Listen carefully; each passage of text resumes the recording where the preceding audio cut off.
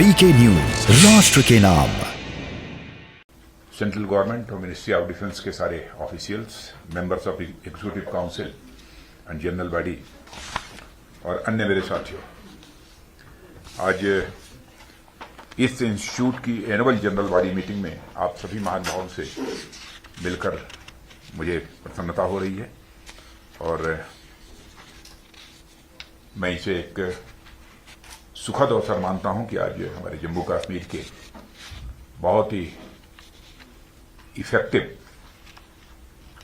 और इनको कहा जाए कि मोस्ट डूअर ऐसे लेफ्टिनेंट गवर्नर और मेरे मित्र श्री मनोज जी सिन्हा भी यहां पर मौजूद हैं।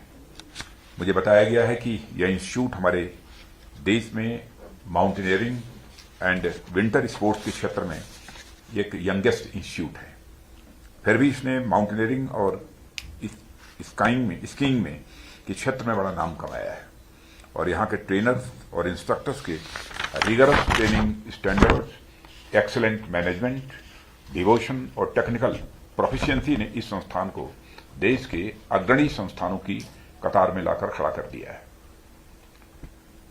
आज माउंटेनियरिंग और एलाइड एक्टिविटीज केवल फिजिकल इंडोरेंस का ही नहीं, बल्कि मैं मानता हूं कि मेंटल टफनेस और इंथुजियाज्म का भी एक परिचायक बन चुकी है। किसी समय इन एक्टिविटीज में मेल डोमिनेंस देखा जाता था, पर अब वीमेन पार्टिसिपेंट्स की भी संख्या इतनी अच्छी मात्रा में यहां पर अब दिखाई देती है, ऐसा मुझे बतलाया गया है। इसके अलावा ऐसी खबरें भी मिलती हैं जिसमें हमारे दिव्यांग भाई बहन भी उतनी ही कुशलता से पर्वतारोहण का अपना अभियान ये पूरा करते हैं जितनी कुशलता से सामान्य लोग करते हैं। अरुणिमा सिन्हा के नाम से तो बहुत लोग परिचित हैं, जिन्होंने एम्प्यूटी होने के बावजूद, अपंग होने के बावजूद अपने फर्म डिटर्मिनेशन से असंभव से लगने वाले माउंट एवरेस्ट पर अपने पैर जमा दिए। ऐसे में ये बहुत ही महत्वपूर्ण है कि संस्थान में सभी ट्रेनिंग प्रोग्राम्स ओवर सब्सक्राइब्ड हैं और यह इस इंस्टीट्यूशन की कॉम्पिटेंस और स्टैंडर्ड को स्वयं यह परिलक्षित करता है।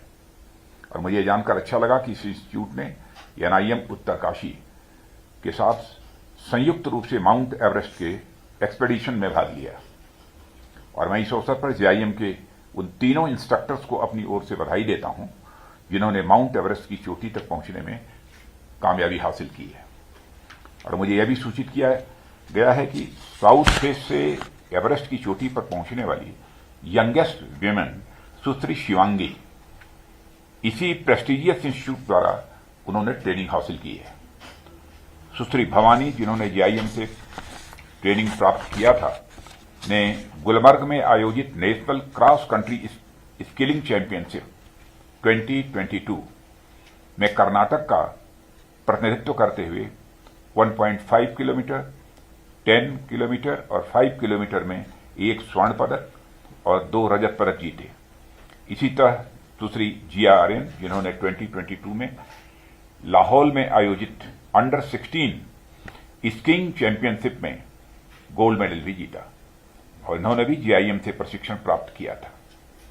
ये सभी न केवल इंस्टीट्यूट के बल्कि हमारे देश के एक रत्न हैं, हम सभी ऐसा मानते हैं। और मुझे बताया गया है कि इन सभी लोगों ने माउंटेनियरिंग से जुड़े इथिक्स, डिसिप्लिन और ट्रेडिशनल वैल्यूज को तो आत्मसात किया ही है, साथ ही मॉडर्न टेक्नोलॉजी का भी बेहतर प्रयोग कर अपने अभियान सफलतापूर्वक पूरे किए हैं। और प्रसन्नता का विषय मैं इसे कहता हूं और इसलिए मैं कहता हूं क्योंकि माउंटेनियरिंग से जुड़े इथिक्स एक ओर माउंटेनियर्स को मानवता और भाईचारा का पाठ पढ़ाते हैं, वहीं दूसरी ओर हमारे एनवायरनमेंट को कैसे सुरक्षित रखा जाए इसकी भी हमें शिक्षा देते हैं। आज दुनिया भर में पर्यावरण को लेकर जितनी चिंताएं देखी जा रही हैं, पहले उतनी कभी नहीं देखी गई। और यह कारण नहीं है कि हमारी संस्कृति में पहाड़ों, नदियों और पेड़ पौधों को देवत्व की दृष्टि से देखा गया और उन्हें अपना सहचर भी माना गया है। हिमालय पर्वत को किस तरह भगवान शिव और पार्वती से जोड़ा गया है, आप सभी इससे अच्छी तरह परिचित हैं। इसलिए पर्वत पर चढ़ जाने को हमारे यहां किसी प्रकार की विजय का प्रतीक नहीं माना जाता है, बल्कि इसे पर्वत के साथ प्रगाढ़ मैत्री के रूप में देखा जाता है। यह हमारे यहाँ मान्यता है। और आज हम जिस इको सेंसिटिविटी की बात करते हैं, उसके पीछे दरअसल नेचर के साथ इसी पार्टनरशिप की भावना भी निहित है। जीआईएम जैसे संस्थान इस तरह की अवेयरनेस और इको सेंसिटिव टूरिज्म को बढ़ावा देने में अपना एक मेजर कंट्रीब्यूशन दे सकते हैं। और मुझे खुशी होगी अगर यह इंस्टीट्यूट भविष्य में अपने विभिन्न पर्वतारोहण और साहसिक ट्रेनिंग प्रोग्राम्स के माध्यम से युवाओं, महिलाओं और स्कूली बच्चों को भी माउंटेन्स और माउंटेनियरिंग एंड विंटर स्पोर्ट्स से परिचित करा सके और उनमें राष्ट्र प्रेम, साहस एवं ऊर्जा का संचार कर सके। हमें इस बात पर भी गौर करना चाहिए कि हम ऐसे एक्टिविटीज को आमजन, खासकर हमारे यूथ के बीच कैसे ले जा सकते हैं। ऐसी एक्टिविटीज को उनके बीच ले जाकर हम उनकी लोकप्रियता तो बढ़ा ही सकते हैं, साथ ही इससे जुड़ी एम्प्लॉयमेंट अपॉर्चुनिटीज भी जनरेट कर सकते हैं और लोकल इकोनॉमी को भी बढ़ावा दे सकते हैं। और इसके अलावा लोकल कम्युनिटी की सहभागिता बढ़ाने और उनके कल्चर, उनकी वे ऑफ लाइफ से जुड़ने का भी यह एक अच्छा अवसर हमें दे सकता है। हमारा प्रयास होना चाहिए कि स्थानीय लोग हमारे लिए बस एक शेरपा ही न हो, बल्कि वे राष्ट्रीय सांस्कृतिक एकता में हमारे सहभागी भी हों। मैं ऐसा करता हूं कि आप सब इस पर भी विचार करेंगे और देश सेवा में अपने योगदान को बढ़ाने का प्रयास करेंगे। इस संबंध में एक दो और बातें मेरे दिमाग में जो आती हैं, जिनकी मैं यहां पर चर्चा करना चाहूंगा। हमारी सरकार अपने विभिन्न क्रियाकलापों में निजी क्षेत्र के साथ सहयोग की ओर तेजी से आगे बढ़ रही है। आज रक्षा सामानों के लिए रिसर्च एंड डेवलपमेंट और प्रोडक्शन तक सरकार को किसी निजी क्षेत्र का भरपूर सहयोग मिल रहा है और यह दोनों के लिए यह फायदेमंद भी साबित हो रहा है। मित्रों, कई बार देखा जाता है कि प्राइवेट सेक्टर में कई ऐसी टेक्नोलॉजी, ऐसे एक्सपर्टीज और इनोवेशन होते हैं जो पब्लिक सेक्टर में नहीं उपलब्ध हो पाते हैं। ऐसे में इस संस्थान को और आगे बढ़ाने के लिए क्या हम प्राइवेट सेक्टर से सहयोग प्राप्त करने, उनके साथ मिलकर कोई ट्रेनिंग प्रोग्राम शुरू कर सकते हैं क्या? मैं समझता हूं कि इस पर भी हम सबको विचार करना चाहिए और यह कदम भी हमारे नागरिकों को माउंटेनियरिंग जैसी एक्टिविटीज से जोड़ने और स्थानीय समृद्धि के लिए सहायक होगा, ऐसा मेरा विश्वास है।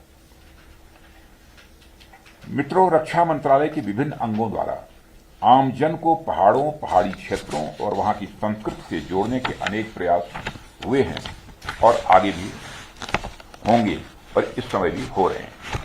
आप में से कुछ लोगों को जानकारी होगी, कुछ समय पहले बॉर्डर रोड्स ऑर्गेनाइजेशन ने सुदूर क्षेत्रों में टूरिस्ट की एक बेसिक सुविधाओं के लिए जगह जगह बीआरओ कैफे की भी व्यवस्था की है।